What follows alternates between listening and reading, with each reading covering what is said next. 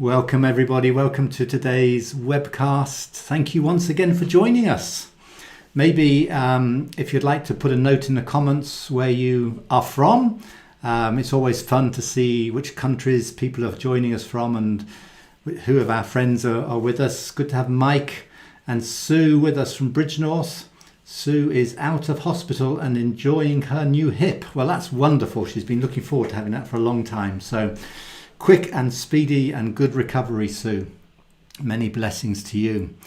Today, Barry is doing, this week, Barry is doing 3 days of teaching with the interns in his home church. So he's not with us today. It's actually his birthday today. So maybe when we finish the webcast, you might want to pop a post on Facebook to say happy birthday to Barry.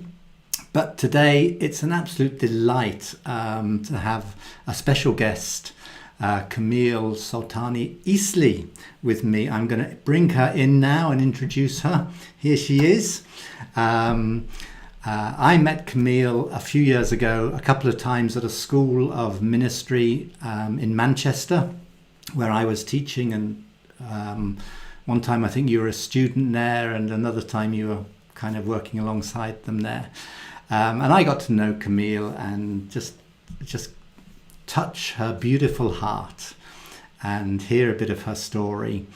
And it's an absolute delight having you with us this evening, or today. I shouldn't say this evening because it's the afternoon for you, isn't it? Yeah. So where are you living now? Because I met you in Manchester, but that's not your home. So where's home?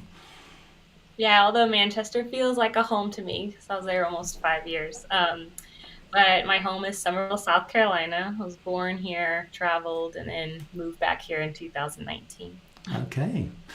So we're looking forward to hearing a little bit of your story and your journey in a few minutes. We're also going to hear about some of your paintings and your poems. You can see some of the paintings on the wall behind Camille. But so you moved back to the States a few years ago, but something else happened in your life a few years ago. You got married.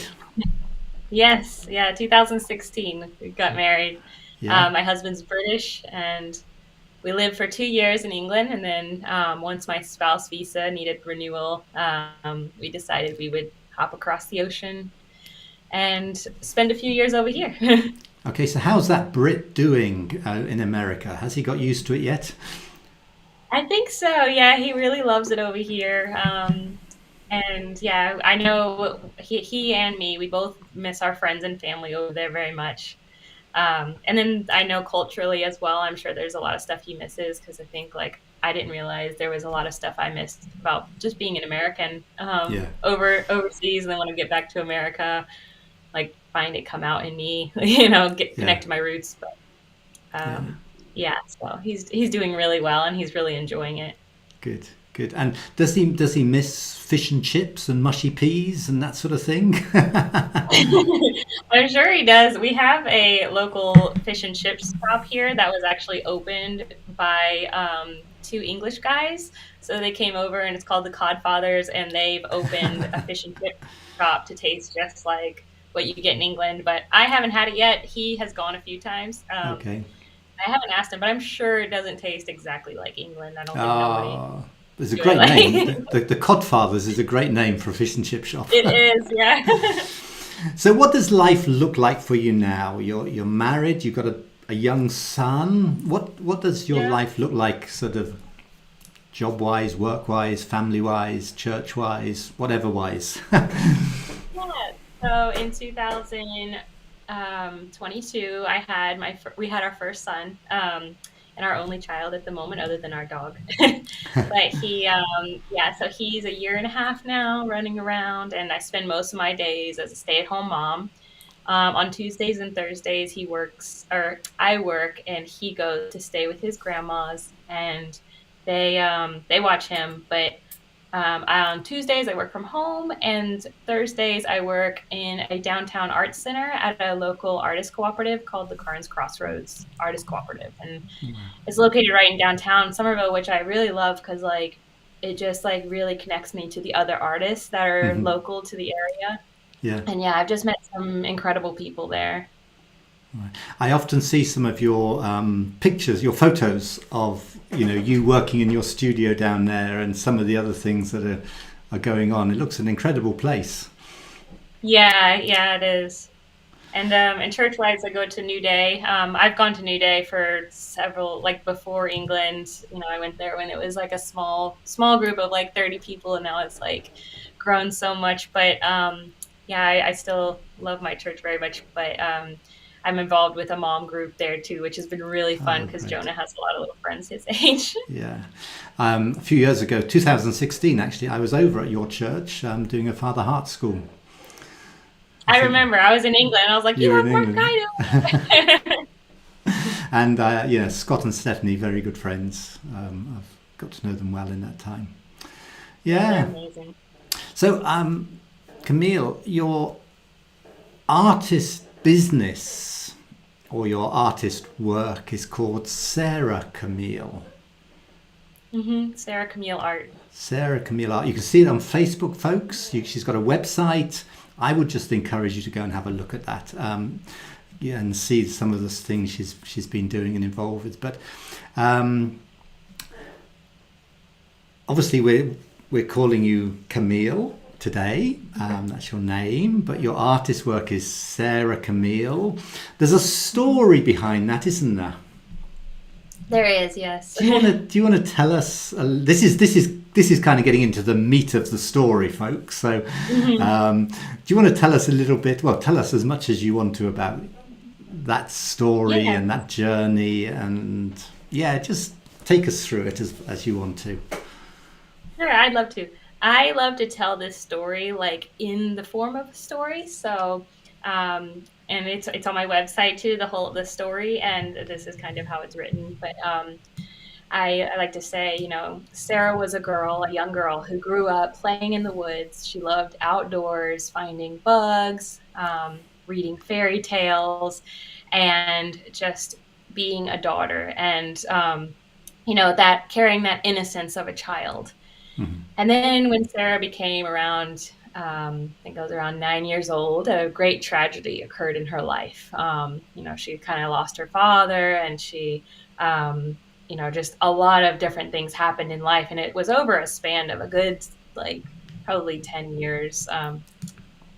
No, not 10 years, sorry, probably about like 6 or 7 years that it just like a lot of stuff happened. And I won't get into it just because of like protecting the privacy of my siblings as well. But um, I became just extremely shaken, and had to grow up really fast. But also, I started to kind of run away from everything that the word Sarah identified me as, which to me was a daughter. And I decided I wanted to be called my middle name, which is Camille. This was at 9 years old. I was like, all this stuff had happened, and I just was like, I don't want to be Sarah anymore. I'm going to go by Camille. And I remember my family was like, okay, like they didn't really believe it, but I went to school, told everyone, my teachers, everybody to call me Camille. And then, or it actually said Cammy back then, and for short. And then after a while, my family, started calling me Camille or Cammy. And then I've kept that name ever since. But as Camille, I did a lot of traveling. Went and although I went to a lot of things in like Christian, like for good causes. I went to India to live for a little while doing some mission work, and then I went to England to live, to do a ministry school. Um, I think like God can use things like I think I was kind of like running away at the same time, from being home and having to deal with things, to deal with my past specifically. So in that story of Sarah, I like to say, she was running, and eventually she just got tired of running. And when she slowed down, love caught up with her. Because looking back on my life, that's exactly what happened. Like in all my travels and things that I was constantly doing and serving and trying, to do, I didn't find who I really was until I just took the time to be still, connect with God, learn how to hear his voice, learn how to receive from him, and really find my true identity. And at times, like I hear him call me Sarah. And Sarah, the actual name Sarah means princess, Yeah. which a lot of us know. And so to me, he really brought that name back to me and redeemed the name Sarah. Now, at the same time that I was running, I went through a lot as well with a very quick and short marriage, where I still had the last name of my first husband in my 20s, early 20s. I was 21. So I started to sign my art Sarah Camille and not include the last name because I didn't want to identify with that last name because I had a lot of shame around being a young divorced woman, especially in ministry. So, all that to say, that's kind of where the name Sarah Camille Art came from, with the signature of my art being Sarah Camille and the story of I always want to include my first name because it's a part of who I am, and coming back to finding myself as a daughter of God, um, meaning that whole story of um, kind of the daughter being shaken and interrupted at such a young age. So obviously, as the young Sarah, you knew you belonged. You knew you were a daughter, and Yes. then you started running. Were you running from being a daughter? I think so, because I didn't want to like associate myself with being a daughter. I wanted to be grown up. I went through, I don't know, a lot of different phases, I think. And I think a lot of people do that in high school, trying to find themselves and stuff. But I feel like, I like cut my hair, just all this like different stuff of trying to really find who I was. Um, at kind of like a wild stage for sure. Surely not. Surely Yeah. not. Yeah. So, yeah. And I just, I don't know. I remember the word daddy really saying it and hearing it really hurt my heart. And if I went to a friend's, even like going to a friend's wedding and seeing the father daughter dance, I used to cry because like, and I couldn't identify back then why I was crying or had to leave the room. And now I know it's because I had just such a father wound in there, um, of, when my father like left my life. So it was, yeah, Yeah. so God's done a lot of redemption in me with the Father, and I think that's why I see him so closely as a father. Yeah. I see him as a mother too, but especially the Father. He's been like really taken on that role as a father in my Yeah. life. Oh, wonderful. So you said you were running. You were involved in ministry. You were busy. You were doing all sorts of stuff. On the face Mm-hmm. of it, it all looks good, Mm-hmm. and probably was good. I'm sure it was good. But in your heart, you were running, and then you Yes. you said love caught up with you. Mm-hmm. Can you tell us how love caught up with you? Yeah. So I don't know if it was like it was like a profound moment, but several profound moments throughout. Um, just my time. Like I think what really was the turning point was New Day. So I was coming out of a divorce, and in this divorce, I was being told women can't speak in church, women have to dress a certain way, and that basically the role of submission was pushed on me very much to where that word left a very negative taste in my mouth. Um, and during that time, I kind of locked myself in my apartment that I had gotten and just like clung to God with my Bible because I was like, I don't know, it was a very bittersweet season. I felt so close to God, but at the same time, I felt so abandoned by a lot. And um, oh yes, I remember how a friend of mine, an old friend of mine, came in and told me about this church that she started going to, and that I would like it, and that it was a husband and wife who lead the church. And I remember, like, because everything I've been told is women shouldn't be, on stage, from my past relationship. And so I was kind of very leery of it. But when I went, it was my first time experiencing, like, you know, really feeling the Holy Spirit in prayer, and then the prophetic as well. And they just was very, that was where one of the big moments of several big moments throughout Hmm. several years that I really felt love catching up with me of, Hmm. okay, I'm going to go into this church. I'm very scared to show my face in a church, but I'm going to go in there. And even looking back, those relationships and those people, there's a lot of them are still a part of my life today. And Hmm. um, so thankful for them. But Yeah. yeah, just um, that moment, I just remember I was crying because it's like, God really does know me. God really does. He really is with me. Even though I Hmm. knew that in my quiet time and in my heart, it was like, Yeah. seeing it physically manifest in the physical Yeah. is so much confirmation. Yeah. Yeah. And through that process, which obviously sounds like it took place over a period of time, you Hmm. you knew that you'd rediscovered that you were a daughter. Yeah, yeah. So I feel like that was the start of it. And then they had a ministry school there that I did. Um, and it was like a school of the heart. So Hmm. that was really great for teaching me how to hear from God. And I don't know, I just remember that season of falling in love, going back to the woods like I used to Yeah. love as a child, Ah, and yes. taking my journal and just hearing from God and taking that time to be still before Him. And And finding the I'll go bugs for a walk. again. Yeah, finding bugs, which I actually enjoy doing now with my son. Of course. Yeah. But yeah. Yeah. And so I don't know, just God's creation just speaks to me so much. And even just like, I mean, as you'll hear from one of my stories, just like the red bird or like little bugs or little Yeah. feathers showing up when they need to. And Yeah. but yeah. Yeah. Great. And um, that kind of brought you home in your heart. This process, this season.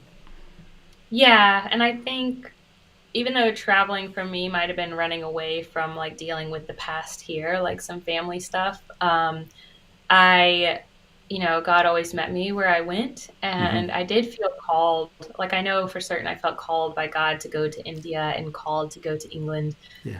and then called to live there. Hmm. But at the same time, it was like almost like a relief of like, I don't have to be here. Yeah. And so, but during all those seasons, at each time, I can look back and find profound moments of where God almost, it was like an onion, layer by layer, healing Yeah. another part. And I think it reminds me of like that whole in the Bible, from glory to glory, like being revealed and the veil being slowly lifted, and Yeah. seeing Christ for all he is, but also seeing us for all that we are as his children. Yeah. Yeah.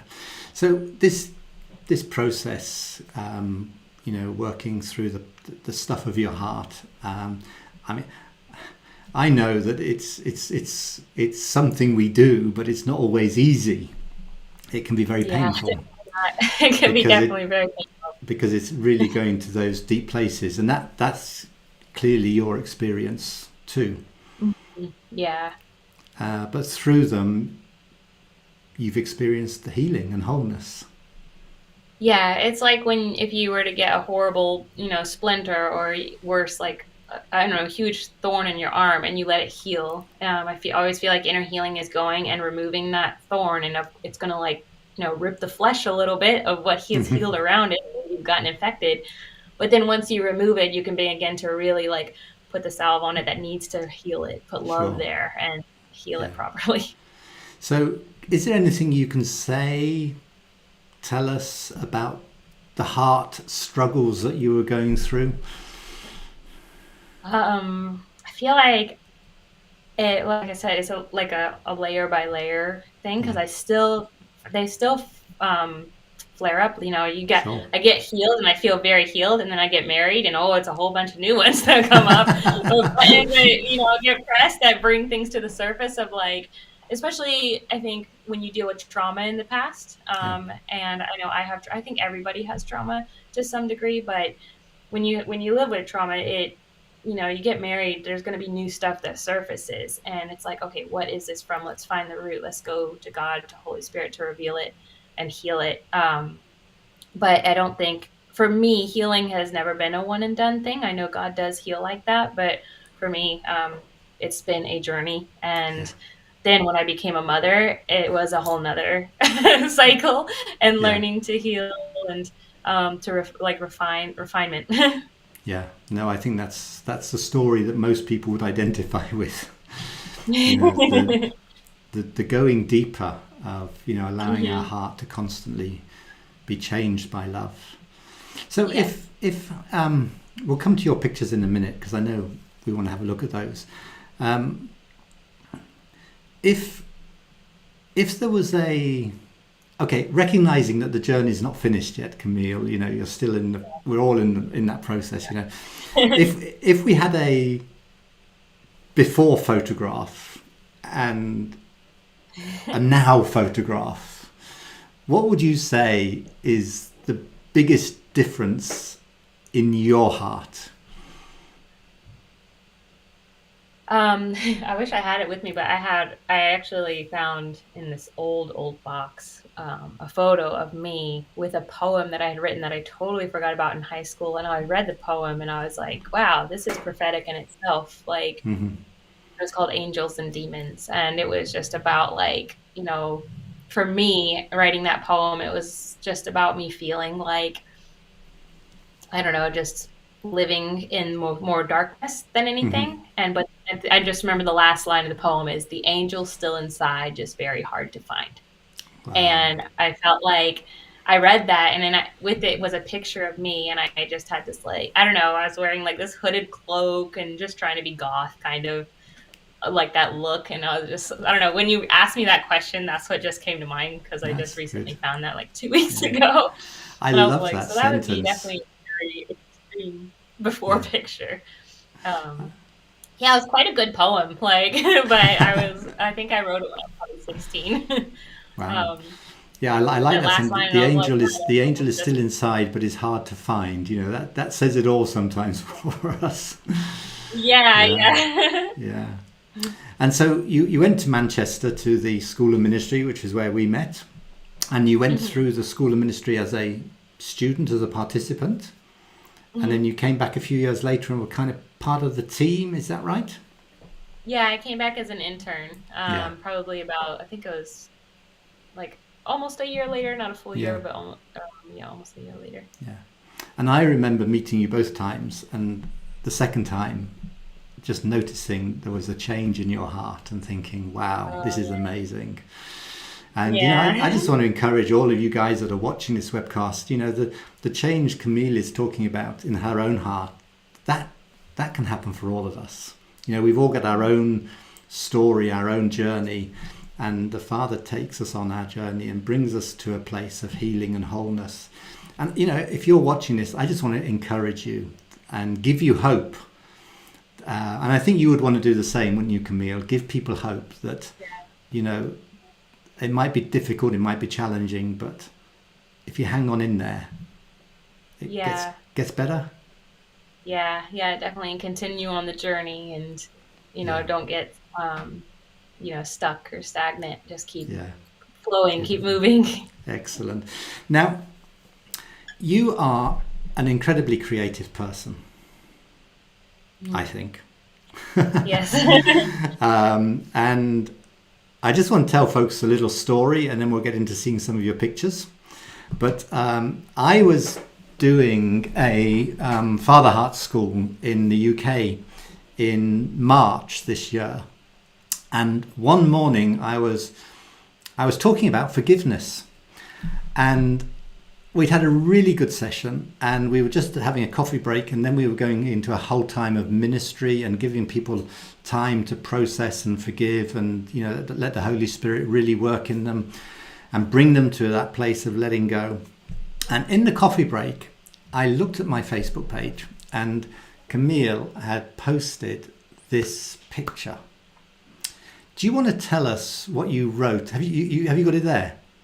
Yes, I do. Yeah. Do you want to tell us what you posted with this? Because it was just like, it just hit the nail for where we were at in the UK. Hmm.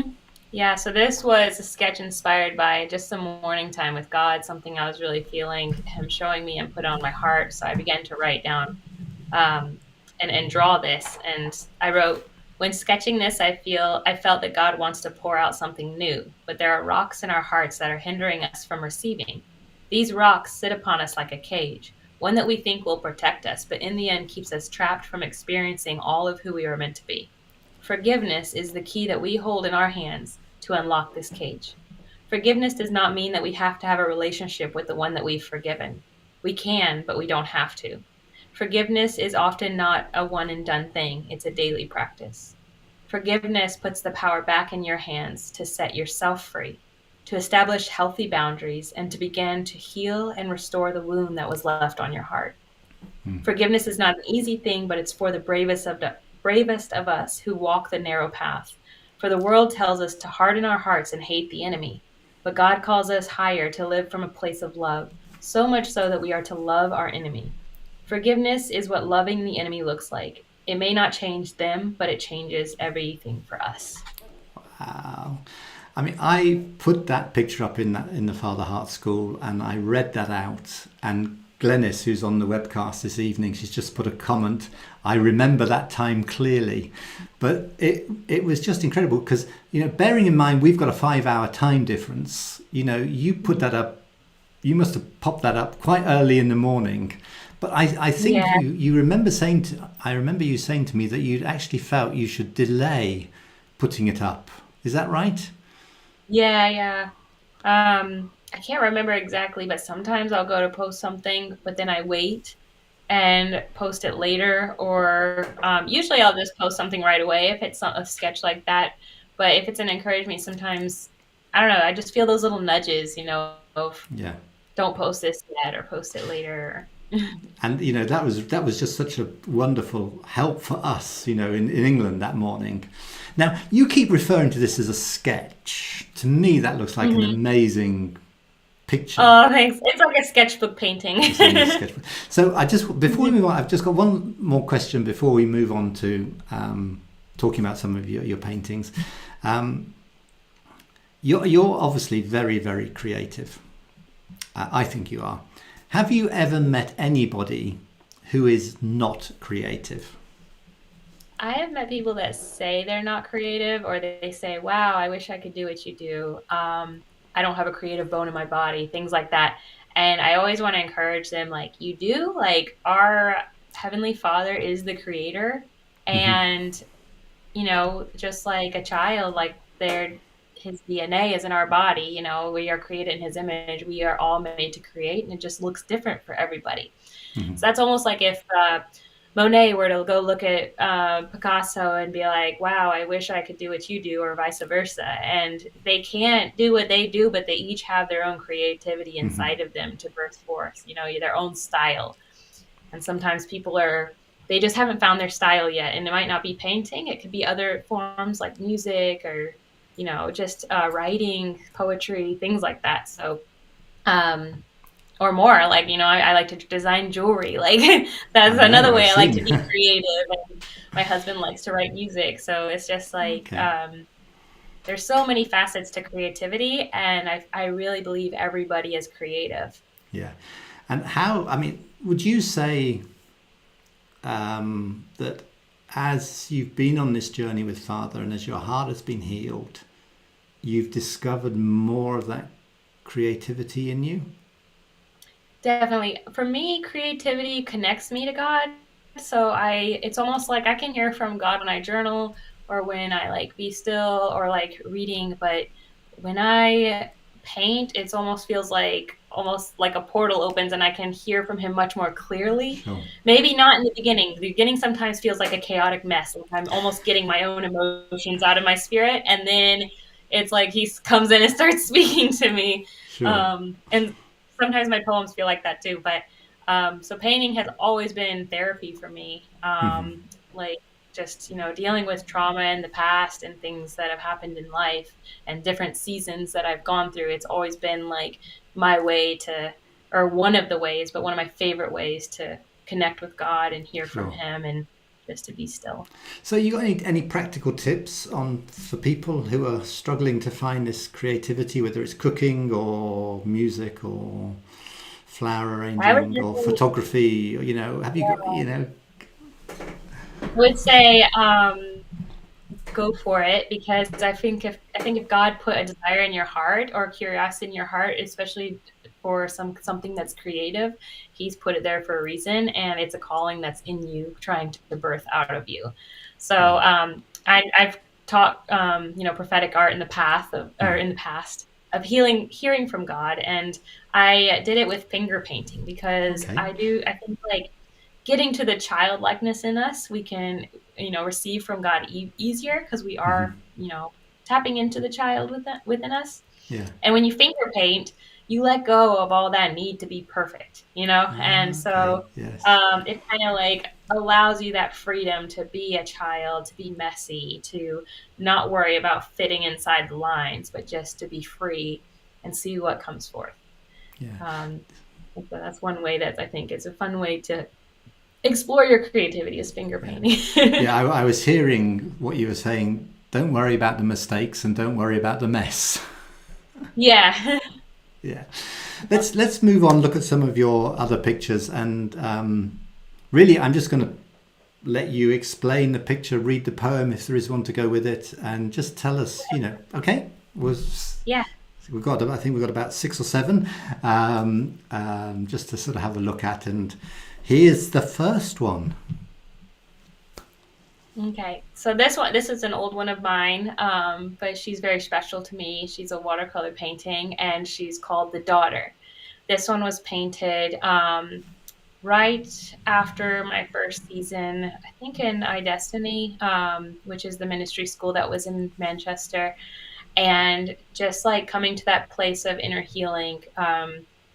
But kind of like allowing myself to really open up to the wounds of the past. I remember like just sitting there and painting her, and almost seeing myself reflected back in the painting. I think Isaiah 61 was one of the main verses I was hearing, like a crown of beauty instead of ashes, which is actually I find come up in a lot of my paintings. Yeah. And so the poem that I wrote to go with this is called The Daughter. It says, she awakens, covered in the ash of lies burned through the fire, beaten down but not destroyed, broken but not beyond repair. Her heart cries, who am I? Observing, lost in deep reflection. Who she is, she does not know, but the burn from the fire lingers as thoughts of fear attack her mind, using painful memories of past mistakes to keep her caged in shame. She rises, choosing to believe again. When all is lost and left unknown, her cry screams from within. There must be more. In that moment, an echo heard upon the wind. There is more, so much more. This, my darling, is not the end. She turns, facing the unknown, unlocking the cage to a whole new beginning, ready to find herself again. She embraces the discovery set before her. Wow. That's beautiful. Thank you. And that's you, isn't it?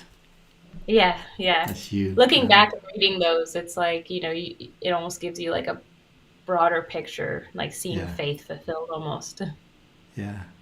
I feel that poem you just read, Camille, gives a lot of hope for people who are struggling, people with difficult season. It's like there is a future. I'm just reminded of that verse in Jeremiah. I know the plans I have for you. Plans for your future, plans to prosper you. And I just think that's what you've described there for us. Yeah, beautiful. Yeah.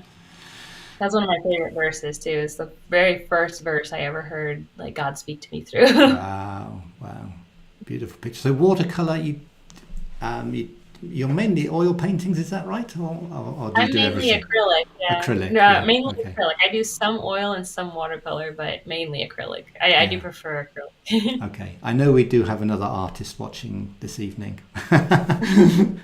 So I'll have to be careful with my acrylics and my oils. Anyway, let's go to the next one. Tell us about this one.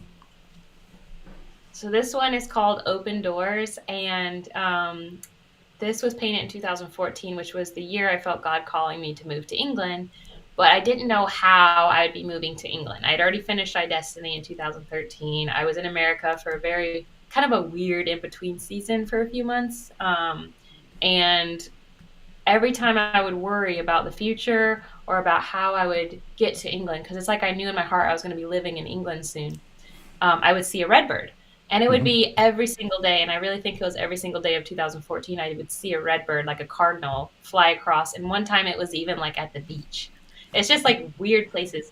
Um, so I was painting with my fingers. A lot of this was painted with my fingers and listening to music and painting. And so that's what the red bird symbolizes here. And then I painted the door in the distance, to symbolize that trust of like God's going to open the door and make the way. And like I said earlier, like looking back, like it's really cool to see like me paint this, like and the Hmm. faith that I had, but then all the stories I have of how God provided and the invitation that came through iDestiny, um, and then the finances that came through different ways, like very, very miraculously cool ways, like that people just didn't even know. Like it was really cool, just to see how God provided for me in that season. And Hmm. I have a poem for that one too. It's called "The Beloved," and it's called. It says, "Tired of the waiting, the longing in her heart, the promise of his call, the knowing of her future. Although she cannot see how, she knows he will take her there. Time arrives like the dawn, the hope of what will be, the beginning, the journey unfolding before her eyes. In the wind, he calls to her, his beloved, his bride to be. Come away with me." Stepping into the unknown on a path undiscovered, she cannot see the way. But with her heart, she knows where to go. As passion leads her to his call, her soul cries back for her creator, and her faith leads her on. Into the mist, she loses everything, leaving it all behind. The truth speaks out to her from within as she follows the still small voice inside. Feeling the pain of loss, but never looking back, she makes her way closer to him. Desire is growing as she follows his call, the cry of her own heart leading her on, deeper into unknown places. His light guides her way, her faith growing even as the forest thickens. All seems lost. Still, she knows the way. Come away with me, my love, his voice leading her further still, through the way of open doors, where she is consumed by the arms of love, discovering more of who she truly is, the beloved. Wow, thank you. Thanks for sharing that. And I just have a quick question. Did you Mhm. see any red birds in Manchester? Robins. I started seeing robins. But I really did go over there thinking I would see a redbird, a cardinal. We I don't love have those too birds. many of them over here, as you probably No, discovered, I but the remember robin was the thinking, closest. yeah, Yeah, let's have a look at the next one. Thank you for that. That was beautiful. you're welcome. This one. Hmm. So this one is called Deeper. And this one, I believe, was painted in 2018, which was a very tough year for me mentally. I struggle with mental health issues on and off. And this season, I struggled a lot with depression, mostly depression and some anxiety. Um, and I went through a really dry season of painting that year. And I started this painting, and it was a woman looking up with her hands lifted up and like a circle coming around, like light in her heart. But then I let it sit for like months and didn't return to it. And when I did, I kind of went to it, and this is what was brought forth. And the poem with this that I wrote was called Deeper. It says, "Overwhelming thoughts bring my mind to surrender. To the garden of my soul I return to find my maker waiting for me. Beneath the tree of life I rest in the light of the sun, abiding above, around, and within me. To go higher we must go deeper. To find the narrow path we must expand our view.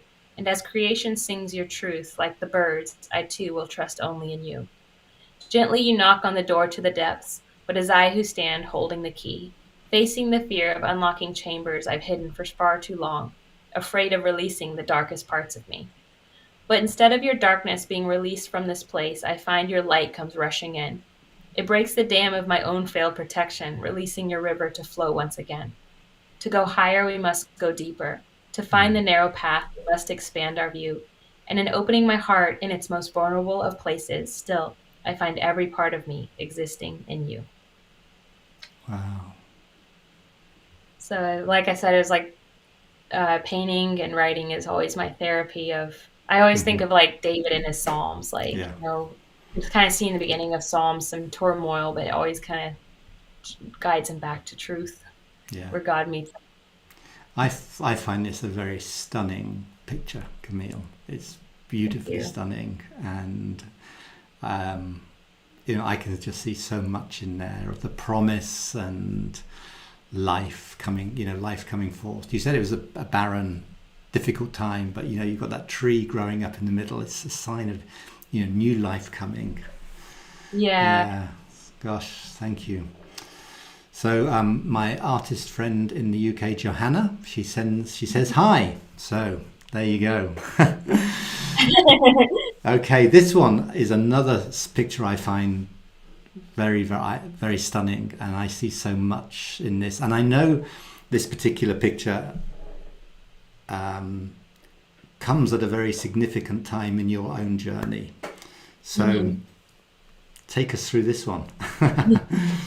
So I first want to apologize if this offends anyone, because it has offended somebody in the past. And so I just want to apologize and know there's like some hints of nudity in it. But this was created in a time where I just had a lot of questions for God. We had just gone through a big church split, and I think the world itself was going through a lot, where you were seeing a lot of people post different things. For me on social media, I'd gone through this church split in the UK, and then I think we had just moved back here, and I was really questioning God about a lot of things because I saw a lot of people questioning God. And so I was wrestling, just like almost wrestling with God, just, bringing my questions to him, and um, kind of feel like I was like really going into the depth of me of what do I believe, so I can like really know what I believe about God, about Jesus, about Holy Spirit. And Eden was born. And before this season started, I have in my journal like a day where I drew a tree similar to this, but it had a lot of fruit on the ground, and so just a few pieces of fruit left on the tree. And I felt like God said, a season of shaking is coming. And this shaking is going to remove the fruit that has either rotted or been bad on the tree. And it's going to fall, but what's going to be left is the good, the right fruit.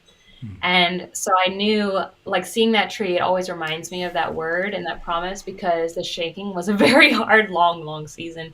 I felt like that lasted for a few years, maybe like 2 or 3 years. And so this poem is called Eden.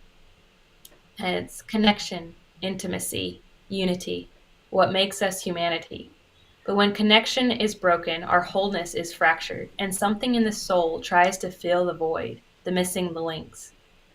That the missing links that will make us one again.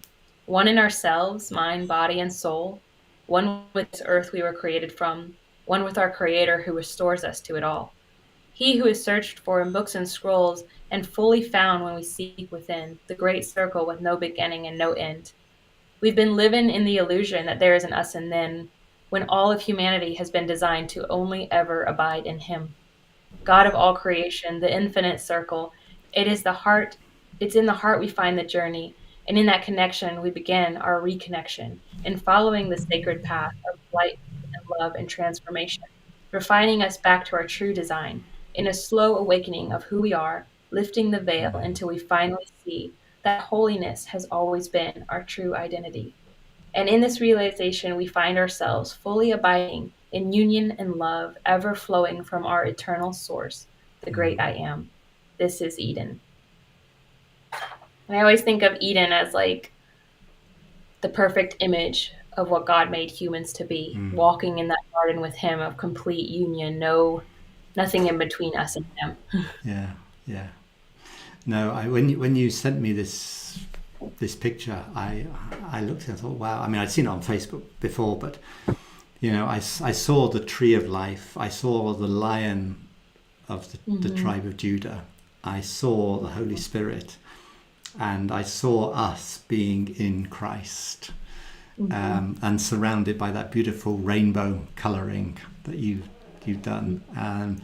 So you know, you don't have to apologise for anything in that picture. I just noticed we've got another one of my artist friends on posting comments. You'll be able to see the comments later, Camille, and maybe you can reply if you want to or whatever. But Yeah, because definitely. I'm a man, I can't multitask. I'm focused on looking at the screen in front of me, and the comments is over here somewhere. And just every now and then, when you're reading a poem, I have a look at the comments. But anyway, let's go to that. That is a beautiful picture, and thank you for sharing the story there. Oh, you're Here's so our welcome. next one. My wife saw these pictures that you'd sent to us, and she said she's very observant. My wife, she said she's always painting herself in red, and here we are again with the red. Yeah. And I didn't notice that until you told me that.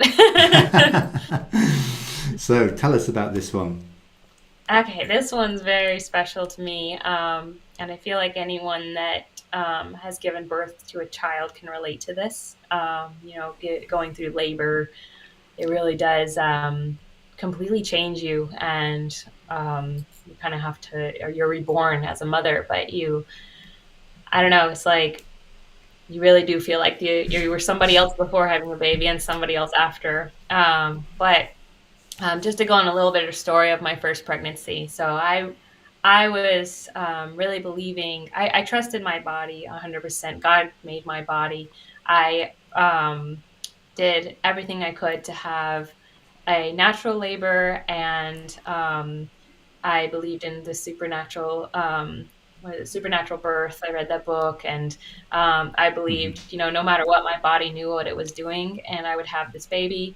So I decided to have a home birth. I really wanted to give my birth to my baby at home.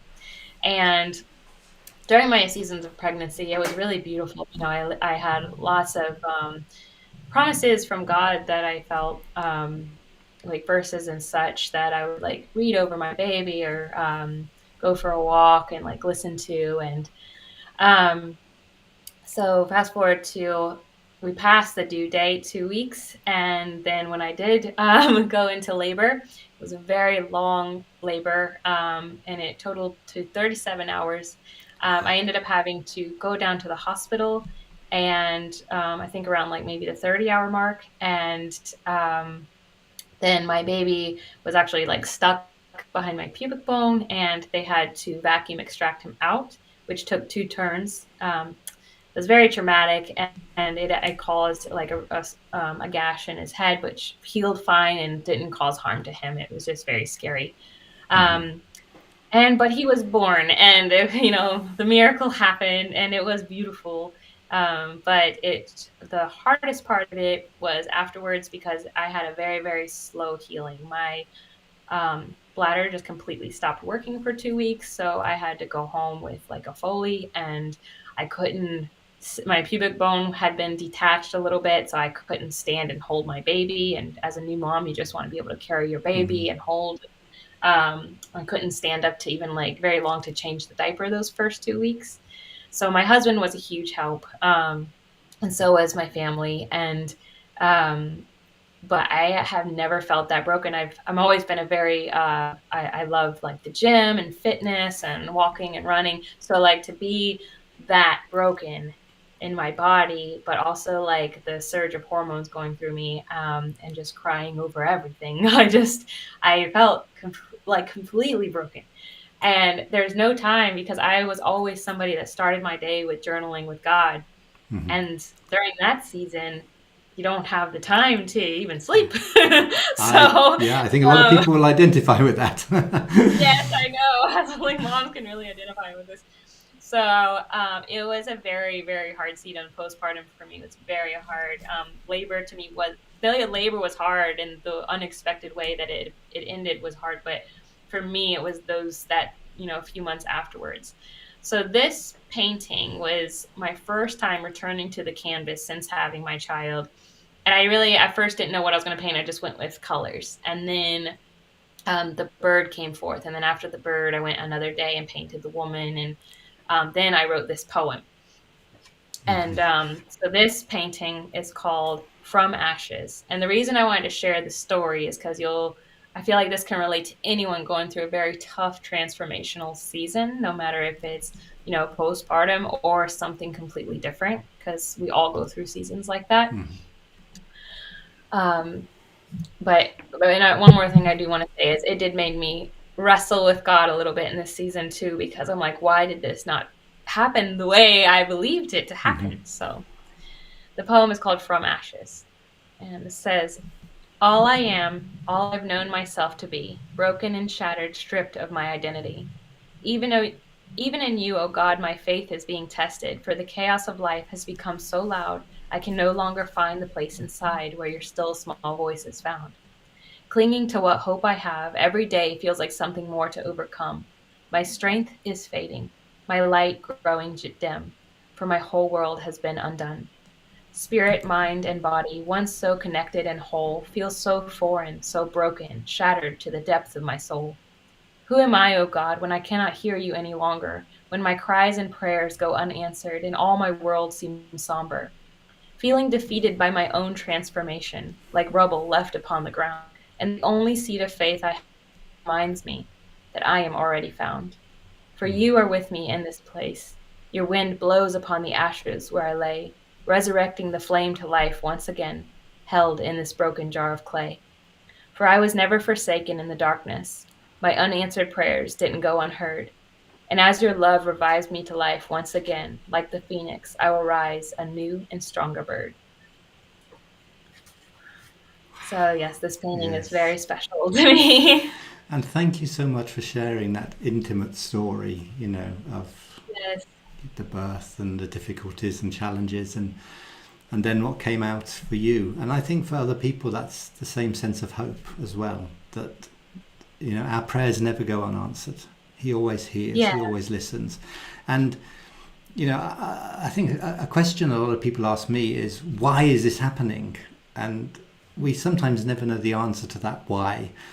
But I try to encourage people to say, okay, put the why to one side, but just be aware of His presence with you in the difficulty. Yeah, that's so true. Yeah. You found that. There she is in red again. Yep. Here we go. This one. Oh, this Aslan. one. You love this one, don't you? A lot of people are like, why do you paint so many lions? I'm like, have you seen Chronicles of Narnia? That's kind of why. No, that's what the lion means to me a lot. So this one was actually an art exhibit in downtown Somerville where we had to paint with the main colors blue, magenta, and yellow. So it was like a show where all the artists had to use those main colors. And I don't like being put into a box, so I get kind of frustrated when I have to do something a certain way. And I'm like, oh, it's hard. I remember I just got really frustrated with this piece. But it ended up like everything started kind of blending together. And in that, God was speaking to me through it. And so this was birthed forth along with the poem Blended. And so both the poem and this painting were shown in the exhibit. And it says, Blended. You are not like me, says yellow to blue, while cyan says to magenta, we are a different hue. Words can be harsh as man draws his line, seeing our differences as something to divide, when in reality each one of our lives was planned before time to coincide in such a time as this. And instead of division, what if we came together to combine and see the new colors we can make? As blue unites with magenta, giving birth to purple, where yellow finds greens while meshing into blue. And in each difference, we stay true to who we are and unite not to conform, but to transform in the power of love. For love is the brush in God's hand that blends us, unites us, together as one, while still knowing our individuality, creating a masterpiece out of who we are, a light for the whole world to see. So come out of your hiding, break free from the lies, and shine in your own unique hue, for God knew exactly what this world needed when He created you. So that's my painting and poem blended. That moves me to tears, Camille, because it's so true that we are unique, we're individual, but love blends us together. Yeah. I wish. Not only could people hear that, but really receive it in their heart, because that would bring so much change. Yeah, me too. I really, really wish that too. Yeah, thank you. Okay, our final painting. This one is one I've done recently called the Bridal Chamber. So this was painted. Both of those last ones were painted this year, and this one's really special. So this one does have a poem, and I was going to share that, but I also was reminded. I felt like Holy Spirit reminded me of what this painting originally meant to me, and like I went back to the writing of something I posted when I shared it in the very very beginning. Um, and it was kind of like to myself as well as speaking to everyone within the church in the body of Christ. And so in the start of the post, I'm going to read it, but it says, I hope you hear my heart of love behind this post, not one of any judgment, but just a deep sense of what I spiritually feel in the move of God that's happening right now in this time. And I want to start off with a metaphoric story to explain what this painting means to me. So imagine there is a woman, a bride to be, and it's her proposal day, but also the first time she fully gets to meet her groom. It's not her wedding day, it's the proposal day. She has seen him a few times before the wedding day, maybe in groups of friends and photos, and hearing from the word of mouth and stories of how incredible this man is and what an amazing heart he has. So she finally agrees to a proposal from this man who desires her with all of his heart, a heart full of the purest love this world has ever known. And in a complete step of faith, she says yes. The day she says yes is the most glorious day of her life as she is overcome by a love she has never known. This love begins to heal her and restore parts of her that she didn't even realize were broken. She became free, free to love and to be loved, and she knew life would never be the same. But throughout this engagement, months and years have gone by, and the communication between this bride and the groom became less and less. She became busy. And instead of being consumed by her love for this man, she became sidetracked, still very much in love with her groom. But even with his eyes always fixed on her, she became distracted by the world around her.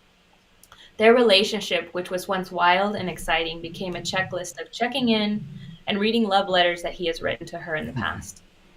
Even their spoken conversation became very one-sided as she would tell him what she wanted or ask for him what she needed from him, but as he was softly speaking back to her, the conversation would end and she wouldn't quite catch the I love you he was whispering to her, trying to bring her focus back to him. Eventually, she would only check in with him once a week, usually when they were in a group setting which focused on him and wedding preparations. A wedding is being prepared for this bride, and we are the bride. I have learned in my own life not to let the misrepresentation of Christianity affect my walk with Jesus. I see people in this world seeking the spiritual so much right now, and I'm talking about everybody, not just Christians. And that's what they should be doing because it's in our DNA. Like the mother and father's DNA will always be in a child's, we are children of the Spirit, the great I am, and He is embedded in us. We are seeking God in spirit because He lives in us, and yet our relationship with Him can often become one-sided. Christianity, to the world's view, has become enclosed in a box of religion, when in reality, it's the most spiritually freeing relationship with the living God that you can have. Yeah. The God of love, true, pure, untainted love. The love the world is seeking to fill the void in our hearts, the place that only He can fill. Even fairy tales hold such prophetic wisdom in the fact that true love's kiss can break any curse and awaken the sleeping bride. And that's what our distraction has led us to be, a sleeping bride. Sleeping to the love that has been being sung over us, sleeping. My alarm's going off. Wake up! In the time that I'm sleeping to the love that's being sung over us, sleeping to the love we are to receive as living water to the gardens of our souls, sleeping to the light we are meant to shine in this world, light of true love.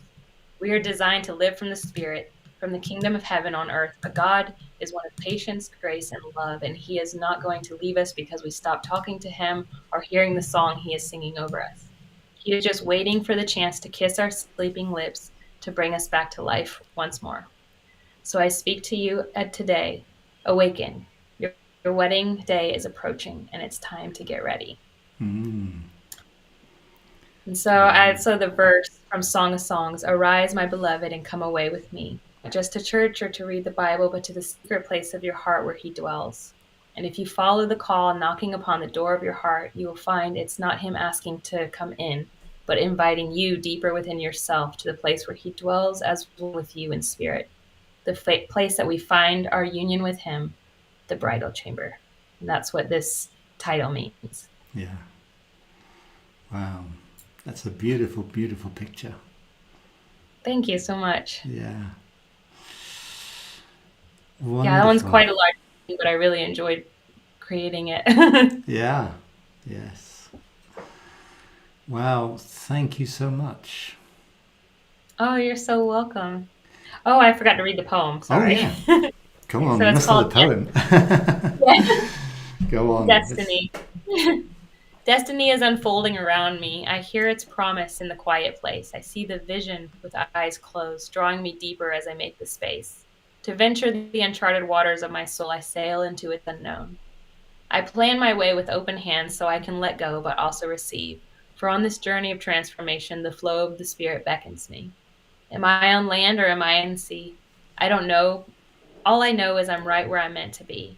Destiny. She's arriving. I smell her fragrance like a flower that has finally found its time, arriving at the moment she's been longing for, to break free and bloom, completely undefined. Destiny. Wow. I think the thought I take out of that is all of us have a destiny. Mm-hmm. And that you said it so well, finding our place in his heart, but him finding, us knowing he's got a place in our heart. Yeah. And sometimes we look, we want to get to the end of the journey, we want to get to the goal, but actually the journey is a journey of relationship. Mm-hmm. And yeah. in the narrative before you read the poem, you talked about the bride just focusing on the business, the wedding preparations, losing sight of the relationship. And I guess we can all get caught up with the busyness of life and the stuff of daily living, and we can lose sight of the relationship, the journey, walking with him, being the bride, being the daughter. It's been really wonderful having you with us today. Oh, thank you so much, Mark. It's been really great to be able to be with you and come on here and share my heart and my story. Yeah, we just thank you for sharing your story, because it's a very personal story, and it's very deep, obviously, what's happened in your life. And I just thank you for your vulnerability. Thank you for your sharing, and just showing us some of your creativity. It's been wonderful. There's a couple of comments. Mike Hammond says, "Never forsaken in the darkness." It's a quote from what you said. Aww. "Never forsaken in darkness." An amazing truth there. Yeah. And he's also said, "Camille, thank you for both the visual and poetic testimony that has touched our hearts so deeply. That was reality. Bless you." Oh, thank you so very much. And I'm sure in the next few minutes, as people finish watching, they'll be putting posts on Facebook, and you'll probably find them on the A Father to You Facebook page. You can have a look at them. But thank you for being with us, and thank you for sharing your heart with us. Oh, thank you so much. It's really been a pure joy. Thank you, Mark. And it's just so good to see you again. Absolutely, yes. Maybe next time I'm in Somerville, well, if I am in Somerville, I will come and see you. Yes, definitely. Yeah. Folks, thank you for joining us once again. Really appreciate you giving the time to be with us. It's been a feast today. It's been absolutely wonderful. It's been a great blessing. Join us next week, same time, same place. It'll be Barry and I back to our normal tricks, whatever that is. And we look forward to seeing you then. Thank you. And bye for now. Bye.